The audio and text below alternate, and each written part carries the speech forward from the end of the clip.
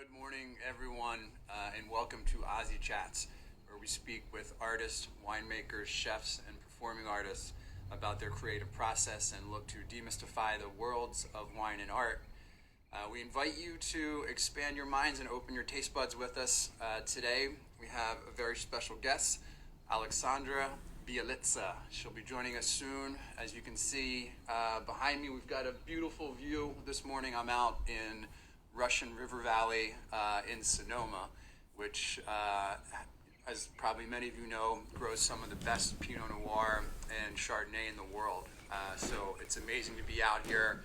The morning mist is still burning off a little bit, as you can see in the mountains behind me, and it's chilly. It's amazing, actually, the temperature differences here that you see from high to low. It'll go down to about 46, and the high will be about 86 today. So it's very interesting, and that plays into that microclimate here. Very much plays into the wine, obviously, and why it provides such a great environment to and here's Aleksandra joining us soon. But why it provides such a great environment to be able to grow grapes like Pinot Noir, which is so delicate, and it needs that heat to, ripen it, get it going, and then it needs to be cooled off at night, which you get here very much so. So Aleksandra should be popping in soon. I see the request now. So you're going to see your screen split. Phil Height just joined. He's watching. Hey, buddy. Aleksandra should be coming in momentarily, and here she is. I think we... Yes. Good morning. There Hi. you are. Oh my God, what a beautiful view. I'll get out of the way of the view. Isn't that nice? Amazing. You're lucky. I am very lucky. You're lucky. I feel very lucky to be here. I have amazing friends who invited me out here, so they're very generous. And yeah, this is my first morning out here, so I feel good. And you have a pretty nice view behind you. You've got one of your beautiful paintings behind you, Aleksandra. Yes, that was the first painting I painted when I came back from Europe. I spent half a year there, and now I'm trying to check the light. What works better? So, yeah, I mean, I spent half a year there in Europe, and the expression was really strong. So for now, at the moment, it is like I felt that I should put it just behind me in the studio. I like it. Thank you for asking. I didn't really get a chance to tell our viewers yet about you and the style of painting that you do. So let's talk about that a little bit, because you put so much energy and passion and spirituality into your paintings. And you work abstractly, but I feel like sometimes it maybe isn't abstractly, because you look to like tap into a subconscious that you have almost, and you put that energy and feeling and intuition into your paintings in a way. So can you share some of that process, and like maybe in your own words describe your work and your paintings? Yes, thank you. First of all, you blow me away by the way you explain me how you feel about what I do, about my art. Thank you so much. Like, it is really deep, all you. and I should use that. I should use this just to put on everywhere. Just because whatever we do, you're making legacy. So we have the same feeling about that. When we create something, it is important how people feel about that. Yes. And then when I hear how you feel about my artwork, that is like, I did what I should do. You achieved your goal. What is the thing that is some kind of similar story with you, in the terms that you are in the marketing industry, in media. Yeah. I was in the marketing industry. I studied business, not art. And then I felt that it is something missing there. And at one point of my life, I just decided that I will do what I'm meant to do in this life and to connect passions in one thing. So what I like to do in the first place is to talk with people, and part of my process, you know, that when artists are calculating what is included in the process, and when we are sharing with the others, the most important part of the process is talking with people, because I have that kind of, now I can say, superpower to feel the energy of other people. Yeah. And then when I talk to them, I feel that, you know, unique essence, the beauty, the authenticity of each and every person that they don't even see. And then we talk about that, and when I feel ready, I just stand in front of the canvas. That's why I like B1s, that I can express that. And I call that the luxurious freedom, because I just am inside myself at that moment, and I have brushes in my both hands, or I have color on my fingers, and then I'm dancing around and I'm leaving something on canvas. And after a couple of hours, I'm just like, somebody comes back home, either child from preschool, or, you know, somebody's visiting, and I woke up from that amazing, you know, process. It's almost like you're in a trance in a way. You're like, because you're dancing, you really put yourself in almost like a different dimension. Yeah, okay. Something like that. Yeah, really. And always, that very important part of this is a glass of wine. I'm started with a glass of wine always, because I'm thinking it is just 2-3 sips of wine, good one, and I'm thinking, and that is like cup down, and I like that sound when you put the cup down, you know, glass on the wood, and that is like thunder. I'm ready like a dog. Let's do this. So it is like that. Yeah, there is connection of the energy, and I sometimes. What is amazing thing that gives me feedback of I'm on a good direction is that when that person that I was thinking about come into my studio and they see paintings, they say, "Oh, wow, this one." In 100%, they recognize their own painting. That's amazing. So it's like, I just found them now. it's like they're able to see their energy on the canvas in a way, or something like that. Isn't that amazing? That's pretty incredible. That's really amazing. It makes me really want to walk into your studio or your gallery. I can't wait. So let's. And you're in Detroit, right? Where's most of your work? Like, where do you keep most of your work that people, you know, like, and are you doing private guest visits right now to like a studio or a gallery? How are people able to actually see your work right now? All right, so it is something crazy about it. I have part of my work in Serbia that I was painting when I was there.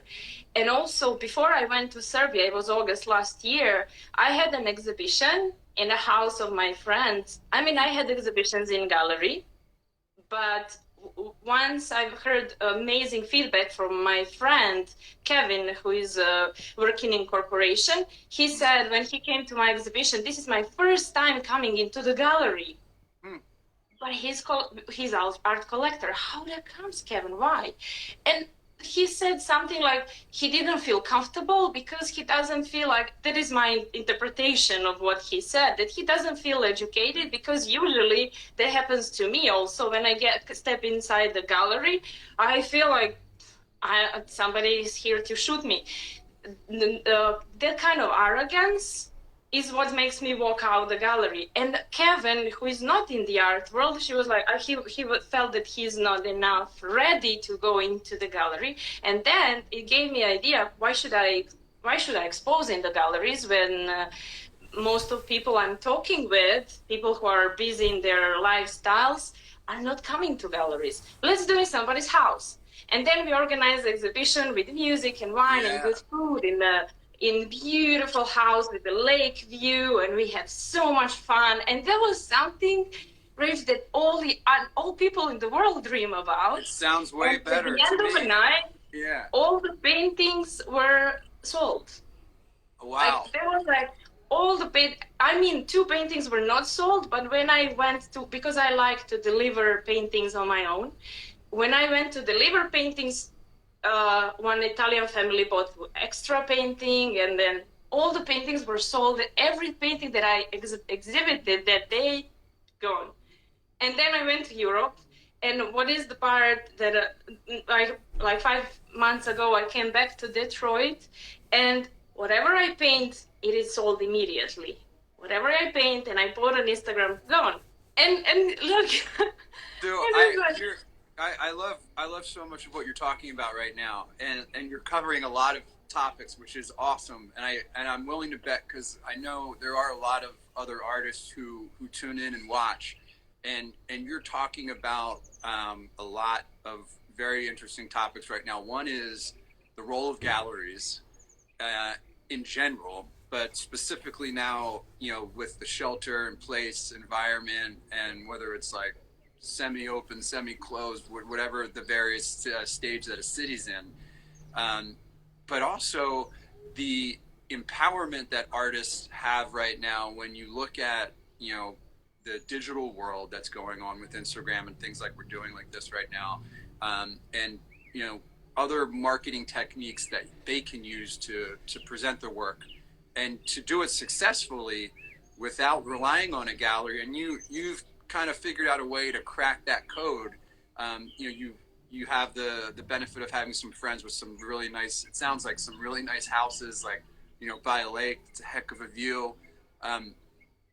How did you build your list of guests that you invited to that dinner party or whatever it was, however you got people there? How did you actually, because it's one thing to have the venue that you have access to, and you obviously have some collectors, but how did you build such a successful event where you were able to sell so much of your work, and how did you actually market it to get the collectors there?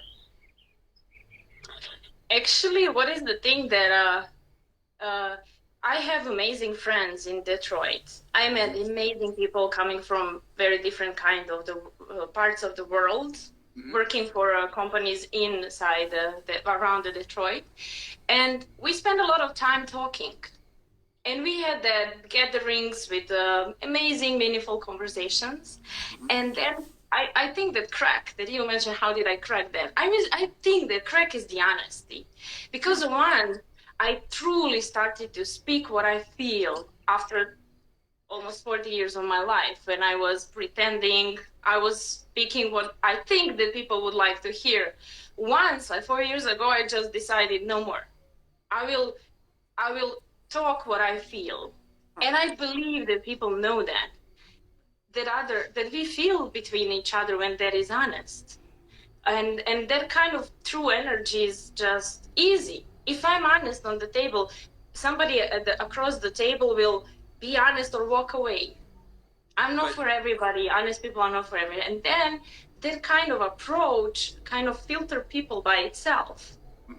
And then whoever is there, group of friends that I have here, we're kind of feel each other. We know each other for a couple of years or maybe a couple of months, but we feel each other that close that I may tell that they know me better than my family, maybe.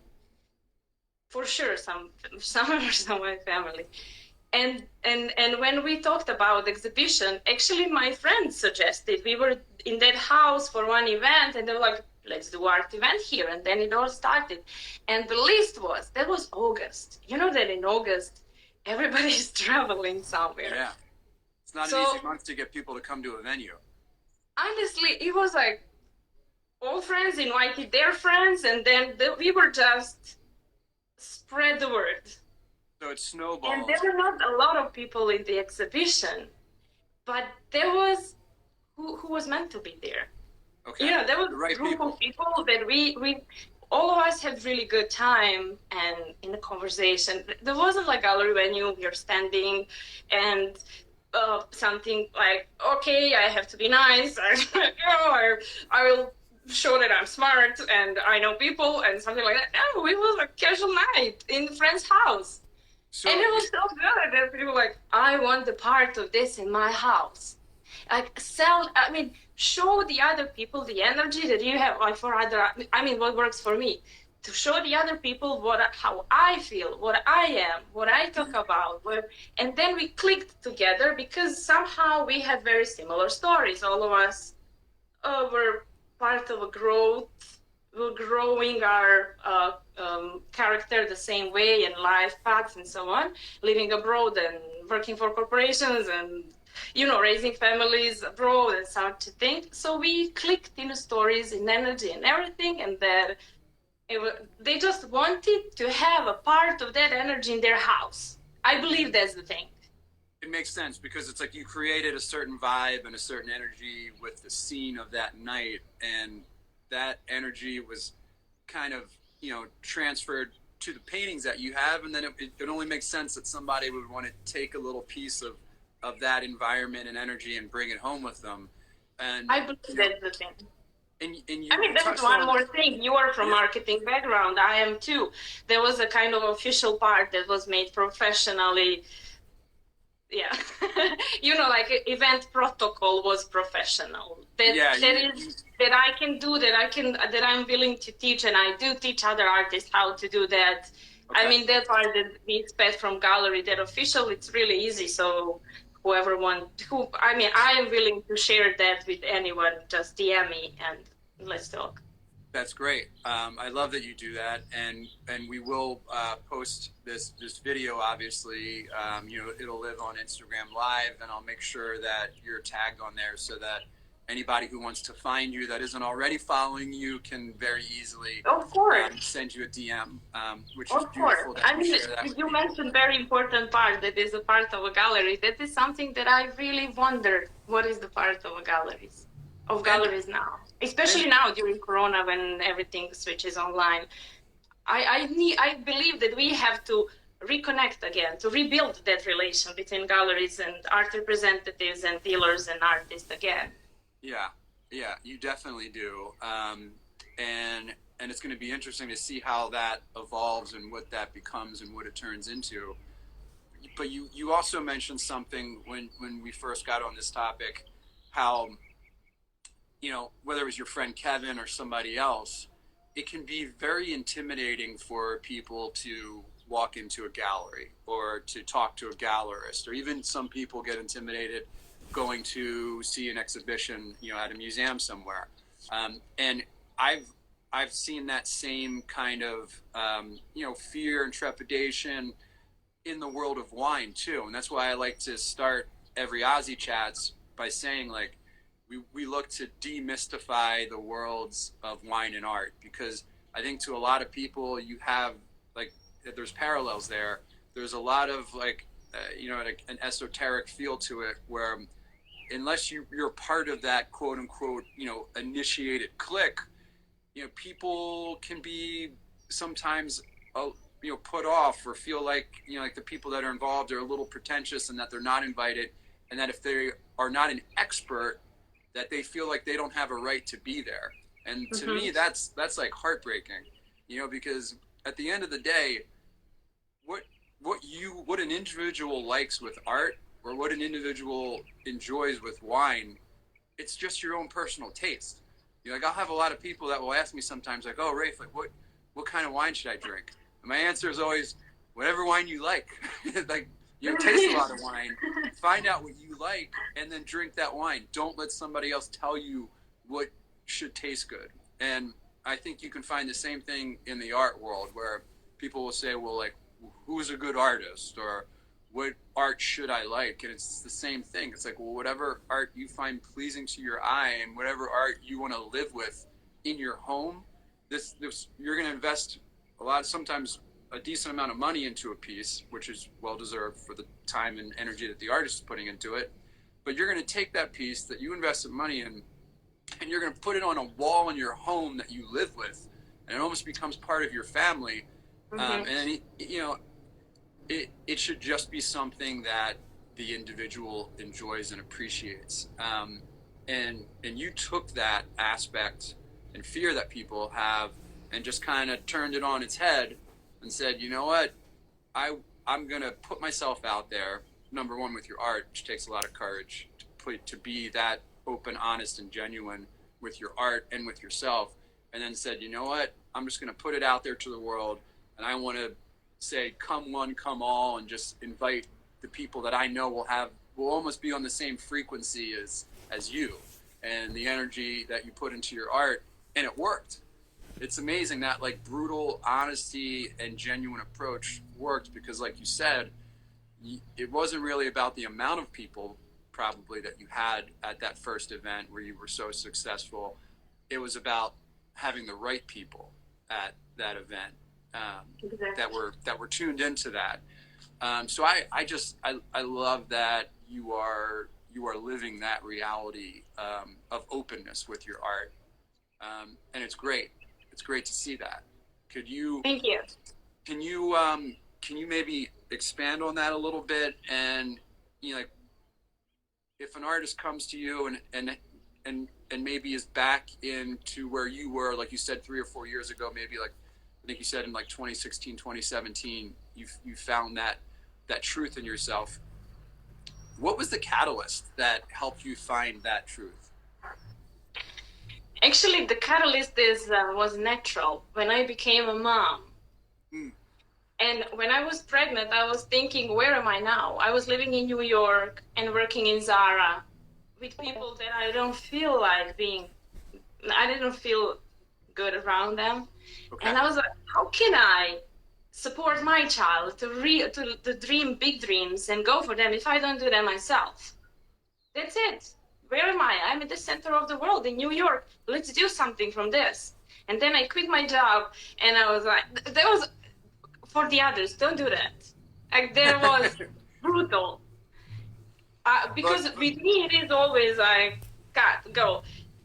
You just start to do that as a side job or hobby.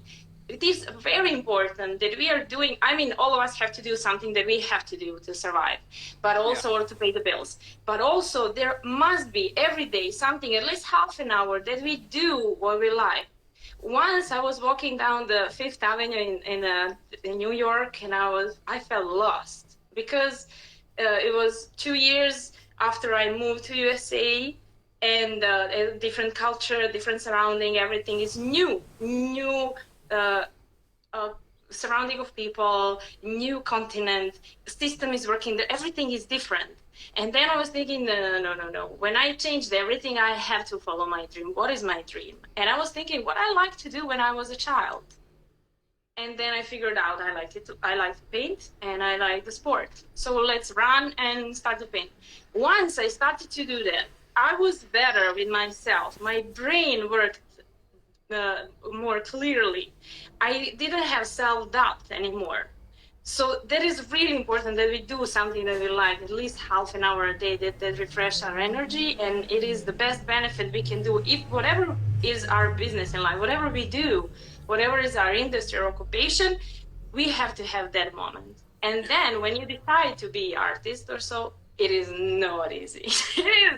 it is tough work. It is business. I had a vision board and the board when I was making strategy of where I'm going, the vision and the mission and strategy and steps. Everything is like business plan in real, as if I was doing when I had my own marketing agency. Same thing is with artists. We have to have, because now we can't rely on somebody else gallery or so. We can do that ourselves. Everything is going online, so we should use that.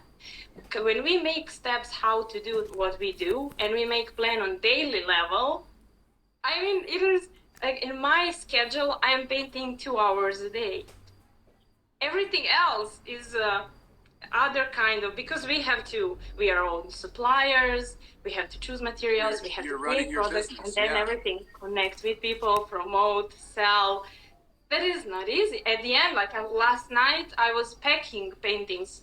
Like right after this interview, I'm going to Chicago to deliver 4 more paintings. So I was packing them. That is hard work. That is hard work when you have.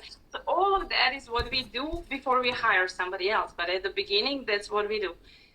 And that is like, we have to be organized. We have to know what we're gonna do. It is one thing to speak our truth. It's amazing. I mean, it's not easy, but the other part is hard work.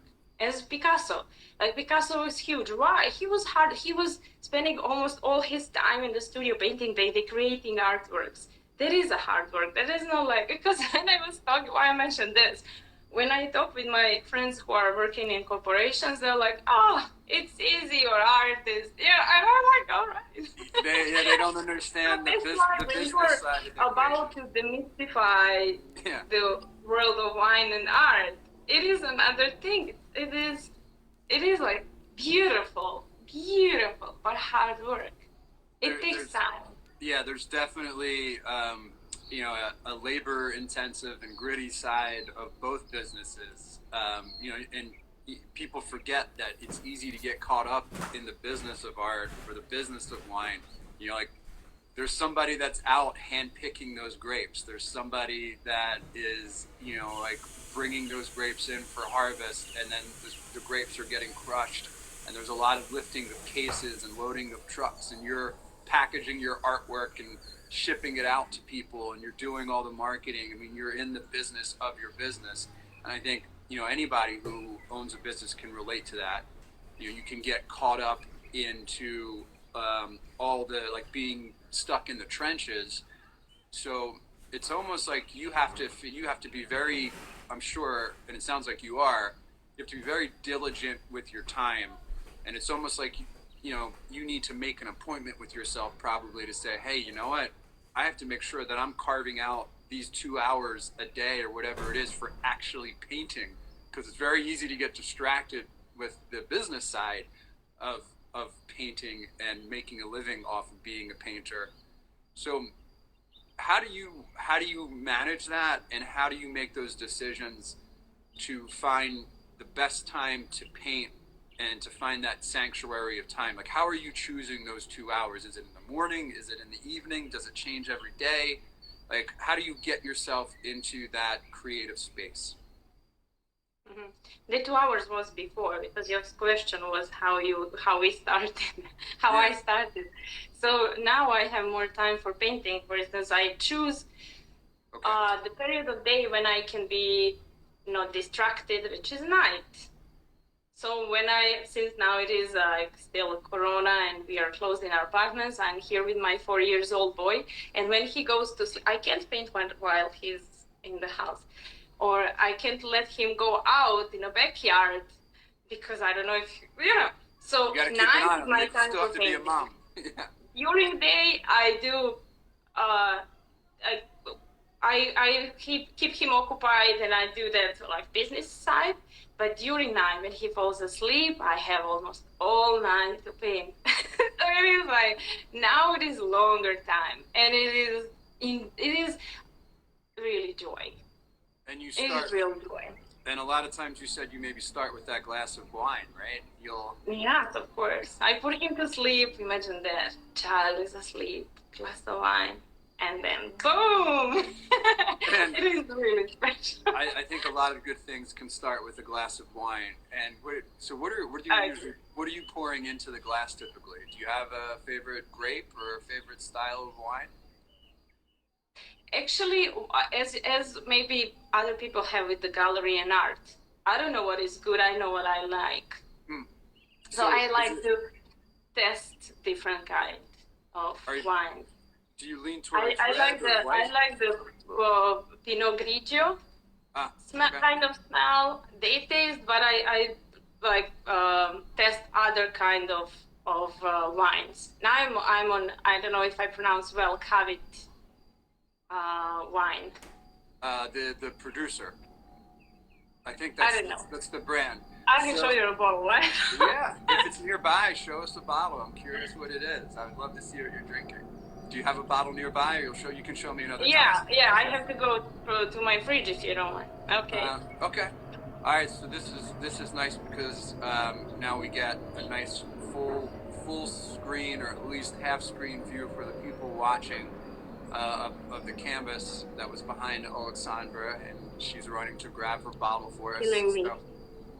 Oh yes, so it is that, and it's kind of it's mirror image, but Cavit is the producer, and it is Pinot Grigio.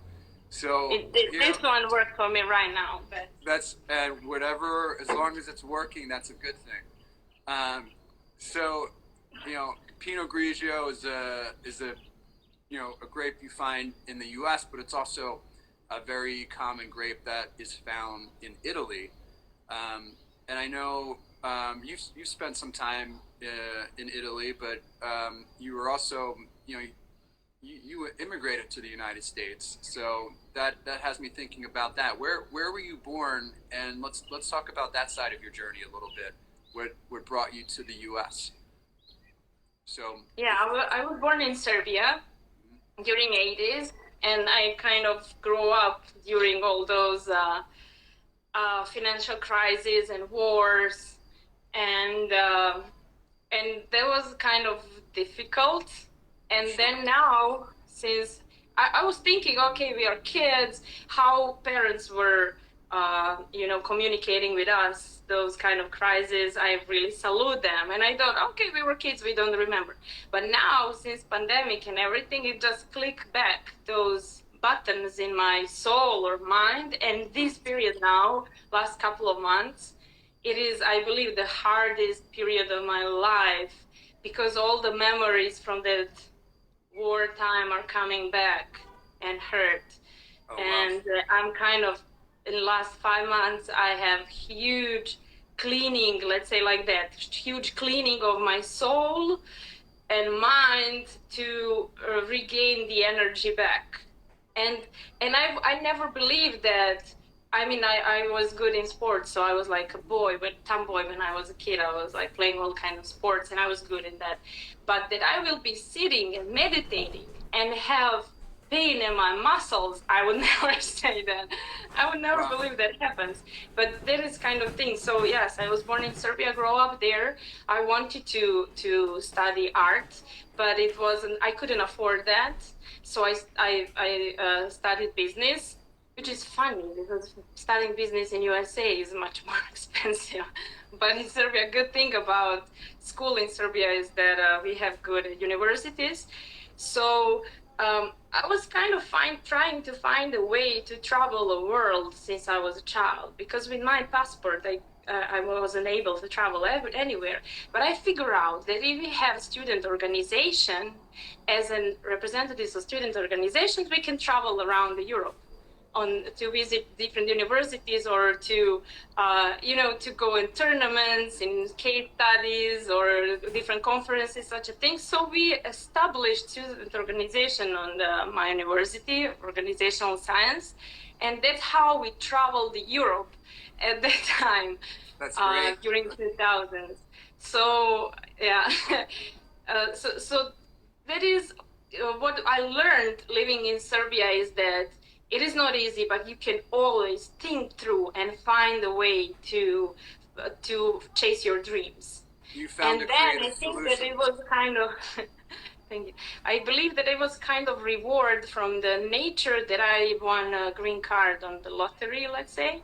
Oh, And yeah. that's Yeah. how I came to I mean, I wanted to come to USA, but I couldn't find a way, and then that came the answer from the universe. Yeah, there you go. Do what you should do. And it was signed to me that I have to do something important from that. So my mission was always to, since I was a child, because in Serbia it's culture is really different. One of the things that that repressed me not to tell my truth, because when you tell good things to people, they will like be 2 steps back. What do you need from me? Why would you say that? People don't know how to accept compliments. They get They're like, suspicious. Yeah. yes, if I say something good, what is behind? So I just learned not to say good things to people. All right, I see how beautiful you are. You think you're ugly. What can I do? Like, you're hurting yourself, but okay, it's your thing. But when I came to USA, the culture is open-hearted, so we can share with each other what we truly feel about or think about, and that was amazing.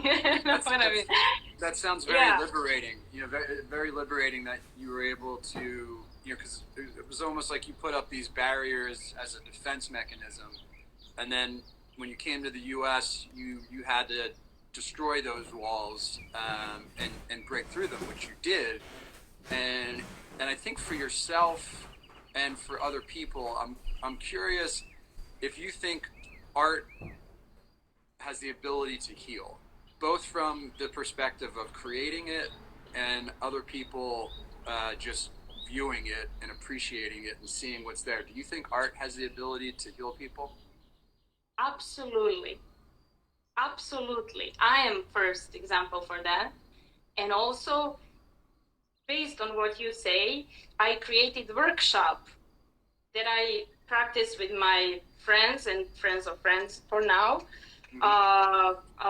It is not kind of art therapy, but when somebody says, "Oh, it is good how you paint," I don't know how to paint, and I'm like, "Let's do this."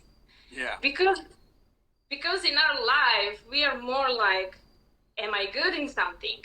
I have to chase success. I have my goal. I have to, what is the result? What is the result? What is the result? Yeah. Chasing the result. Am I good?" I mean, all system is building us to be like that. There is right. What is correct? You're right. No, you're correct. It is like a game that is killing us from inside. But with art, especially for instance with watercolor, no rules. Yeah. Set yourself free. Take that piece of paper and take brushes and color and water and play there. Like, do whatever you do. Relax. Who cares what's the result? Relax. Have fun. And then once we do that, like we relax and we just play with those colors, our subconscious, besides that I like business and art, I'm into the neuroscience. So when I saw what was result on myself, when I started to paint again, I talked with the two women who have PhD from psychiatry, or really good therapists. I talk about my kind of method that I was thinking about, and they said, correct, please do that with our patients. Because what happens when we relax and we do something not even thinking about results, our subconscious has a sign, it's my turn now. So it's not like thinking, overthinking, calculating. Subconscious takes each pedestal, and then our brain thinks freely, and we connect dots that we didn't even know we have there. All that knowledge that we learned during our life, and we're like, why did I need this why did I need geometry in school or something? And I was reading that book. What was that book about? But when you, for instance, paint clearly, freely, and you enjoy or dance, that comes. And subconscious connect the dots that we didn't even know we have. And decisions that we make, or memories that come, or happiness that we create in that moment, or joy or gratitude is, sunshine for ourselves. You're making me feel like I could paint right now. That I could literally just pick up a brush and I'd be able to successfully paint. I love hearing you talk because it gets me excited about the idea of creation, and I could see how that could be very contagious for anybody you're talking to find the courage to pick up a brush and start painting, and to tap into that subconscious that we all have. Yeah, it's amazing. And yes, and also when we have artwork in our house, what I hear from people I know, what I felt from artworks in my house, my parents, my mom used to buy artworks and hang on our walls, so I grew up with art. And also my favorite person from my childhood was artist who was living next to my grandma's house. That space that is created by pure energy of somebody at the other side is kind of a window. Now remind me, I see you and where you are now. It is like when we have that channel of energy that we can feel like we are traveling, even we are in our house. Yeah. Because we follow the lines and the structures and something that is in the painting, and then our brains are just going somewhere, and we have that feeling of relaxation and exploration as if we have when we travel almost, but during pandemic. I totally agree. It's my favorite paintings. I feel like they take me on a journey. I totally agree that you get that, and you grew up with that with your mom and what she exposed you to and the artwork that was in your home. Do you have any artists that come to mind that you could think of that you felt that type of connection with, or just artists that inspired you for anything in life, but or specifically with your work? Who are some of the artists, and not even painters, like maybe they're filmmakers, maybe they're actors, Mhm. performing artists. Who are some of the artists that have inspired you throughout your life? Number one influence is Marina Abramovic. Okay. Because she's pioneering in something that is absolutely different from everything we saw around.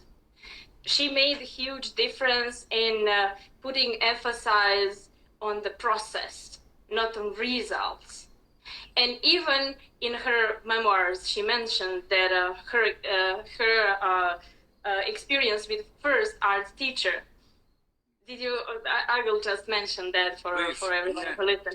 So she said that she had a kind of class with teacher, and they were creating something on paper with glitters and colors. She was a little child, and she put that on her wall, and they traveled.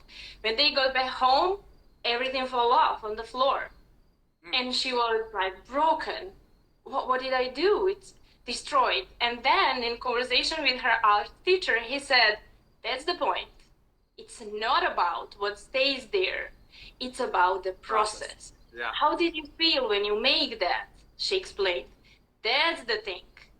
And that's the one thing that I use in my workshops. Because now in this crazy world that we are living, we can't predict what is going to happen next. We can't. And what happens? Our amygdala is reacting. We get stressed out. We can learn to control our bodies and our system to get along with unpredictable situations. So what we just focus on process. We create something, and then at the end we take the paper out. You imagine like watercolor, everything is wet, you put out, and it is destroying. And at first you are crazy, but by time you practice your system to be okay. That's unpredictable. That happened. Okay, let's calm down and think what I'm gonna do next. So that kind of influence, beside everything, I would like emphasize that one thing about Marina Abramovic, and also, for instance, I like I was never into the techniques of other artists. What kind of art is about? Whatever art is about. But I was about what happened in their head when they make huge difference in their style, when they make that huge step forward. For instance, Picasso, when he was creating the Mademoiselles of Avignon painting that is in MoMA Museum, I was sitting in front of that painting for hours. I wish I was there just to see what happened in his head to switch from kind of realistic style into their craziness. There was totally shock in the world, and the way he was communicating, and that kind of click in their minds. That is something that turns me on with every kind of people, with everybody. So what I would like to do in my life, my mission is to help myself to make that click, and also to help others to make that click, and go not step by step, but mountain at the moment. Huge change. It's almost like it's an evolution where you're transcending from maybe one chapter or one level of consciousness to another.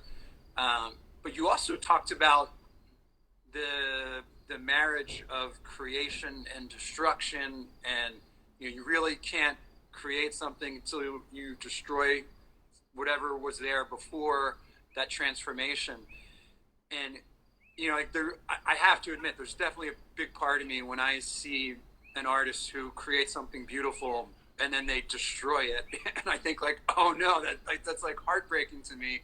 But at the same time, it speaks to just the idea of what you were touching on there, which it's not always about the destination; it's about the journey. It's about the creative process that is really the pure enjoyment that gets you to that end result. When when do you decide that that end result is going to be something that you keep and potentially sell or give to a collector? And when do you make the decision that you just say, nope, you know what, this was just about the process. I'm gonna destroy this now. Hmm. This is now a big topic. First, I wouldn't say that destroying something is something negative. Right. Because it is part of the process. And how do I know? I just know. It's your intuition. Know. It's your intuition. And when you mentioned the intuition, is that one of the things that I did with myself when I was a child, when I was stepping into the business world, when somebody asked me, how do you know it's going to happen? I was like, I just know. And they were like, no, you are naive. And then I was thinking, I can't trust intuition. Like I'm naive. I'm unprofessional. I have to be professional now. I will be thinking. I will be calculating. I will do Excel, sheets and reports and everything. And then after some times, it shows up that feeling that I have was right. But as in any other relationship, when we don't feel or see or respect somebody, like me, I didn't respect my most important partner in my life, my intuition. She just said, goodbye. Bye. Yeah. And then, and then in the moment when I needed that partner the most, when I was raising my child, my baby, superpower of women is intuition. That is not just with the human women, but in the animal world in general. We feel what we should do with our kids or family, or we feel what happens. But my intuition, I had to bring my partner back. So in any other relationship, I had to learn how to gain back the trust. I had to learn kind of to show my intuition, you're safe, you're needed, I love you, I really appreciate you, come back. Yeah. And that was a process. And I couldn't apologize enough to my intuition that I was going over, that I was taking advantage from, that I was, put priority on thinking over intuition. Now, when you ask me, how do I know? I just know. You just know it's there. I just know. And how do I know it's right is that people react on that immediately when they walk in. They recognize that's it. Yeah.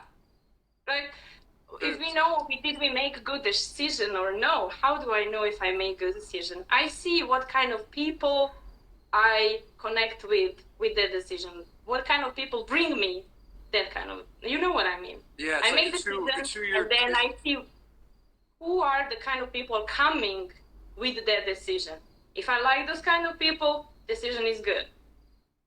Yeah. You're very self-aware, and it's really interesting and amazing to hear you talk about being conscious of the decision that you're making or the decisions that you're making, and then being cognizant of what are the ripple effects of that decision. Like, if I made this decision, what is the message that I'm putting out there to the world, and what am I attracting? You talk about like the laws of attraction. If I'm putting a certain frequency out there, what does that frequency mean? What is the universe, the world giving back to me? It's really beautiful to hear you talk about that.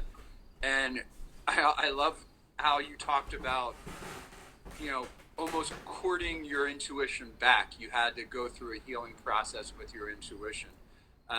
And, I do want to, so we've got about 10 minutes left. So I do want to just put it out there to anybody who is watching right now.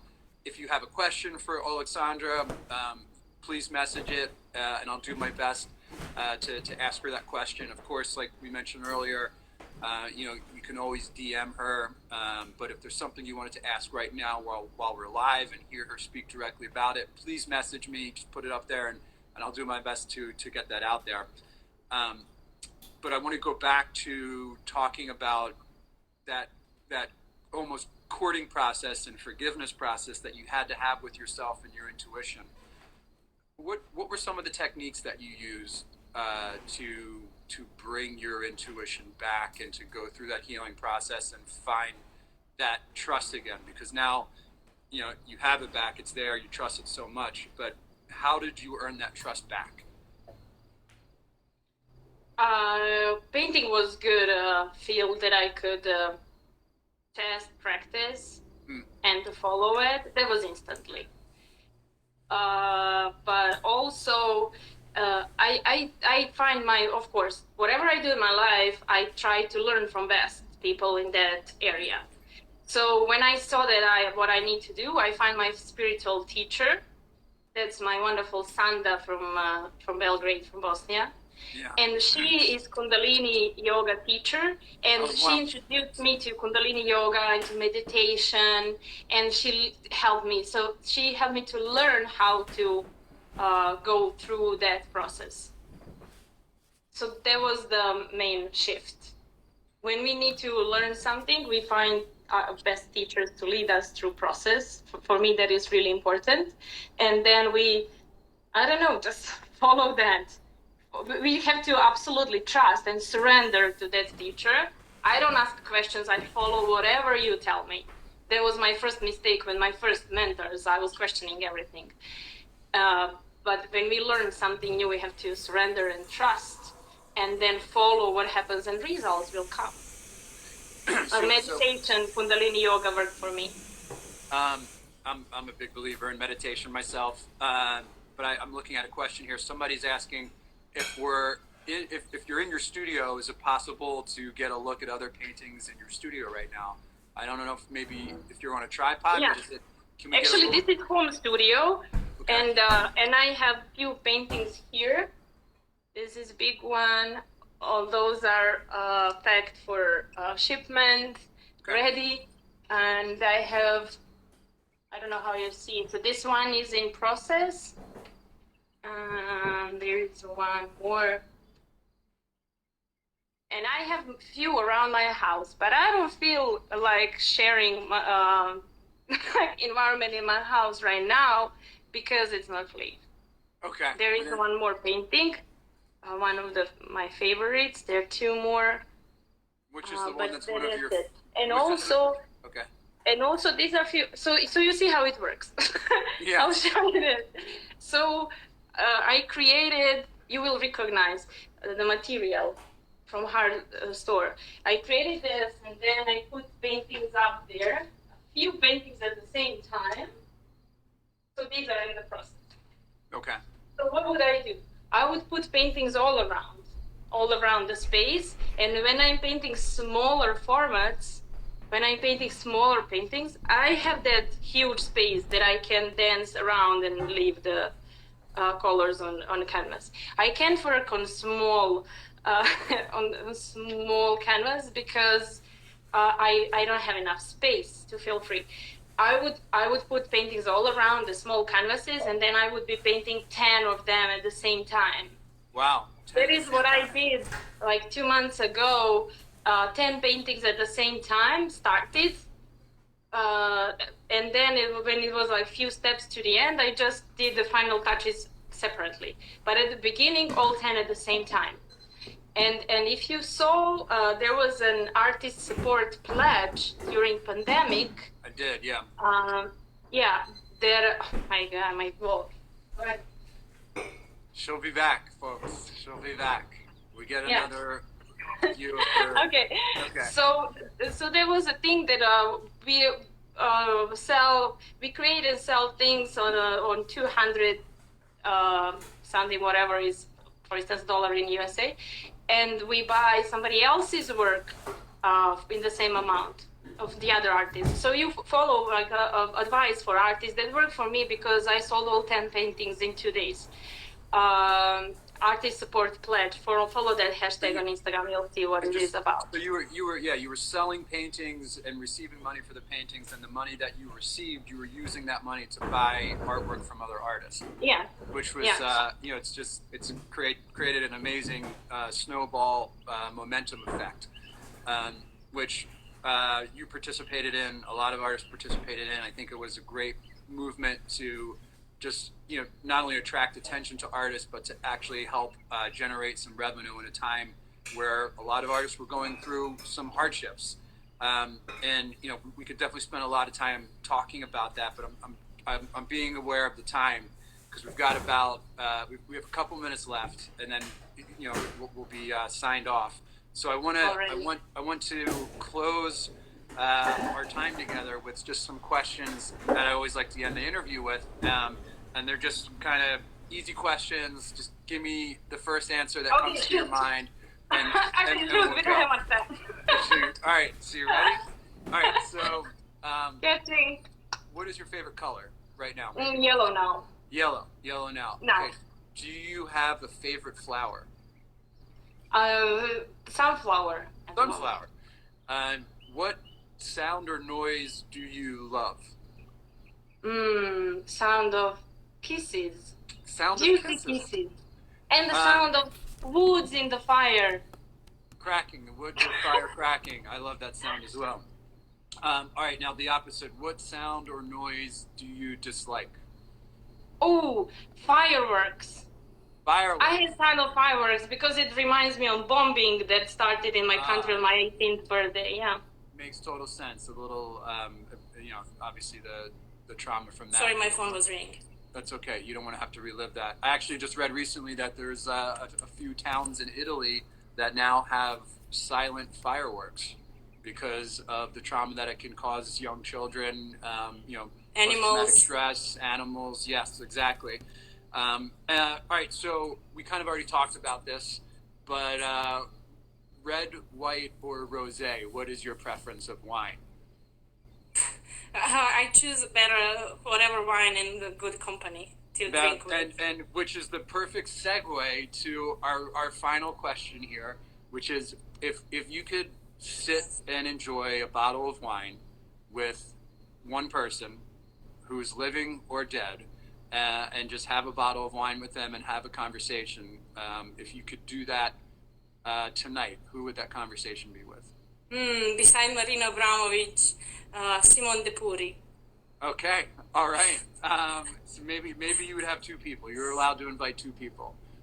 So, all right, that brings our time together to an end. So, Aleksandra, thank you so much for sharing this time with me, with our viewers, and being so open with yourself and your art. And I look forward to seeing more of what you put out in the world on Instagram, and I hope to get to see some of your art live in person one day in Detroit or wherever it is in the world. So thank you very much. Thank you so much. I can't wait to have a glass of wine with you, whether in studio or in vineyard, wherever. Let's make it happen. All right. Yes, please. Thanks, Aleksandra. Thank you so much. Have a great day. You too. Bye.